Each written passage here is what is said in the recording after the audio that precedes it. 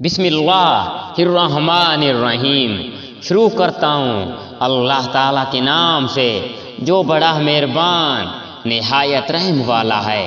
لوگوں، تمہارے مردوں میں سے کسی کے باپ محمد نہیں، لیکن آپ اللہ تعالیٰ کے رسول ہیں اور تمام نبیوں کے ختم کرنے والے، اور اللہ تعالیٰ ہر چیز کا جاننے والا ہے۔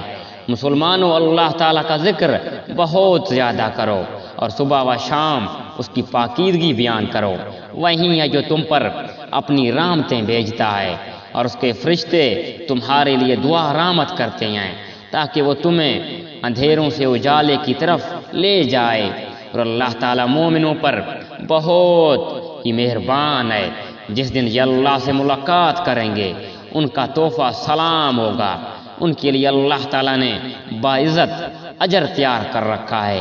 اے نبی، یقیناً ہم نے ہی آپ کو رسول بنا کر گواہیاں دینے والا، خوشخبریاں سنانے والا، آگاہ کرنے والا بھیجا ہے، اور اللہ کے حکم سے اس کی طرف بلانے والا اور روشن چراغ۔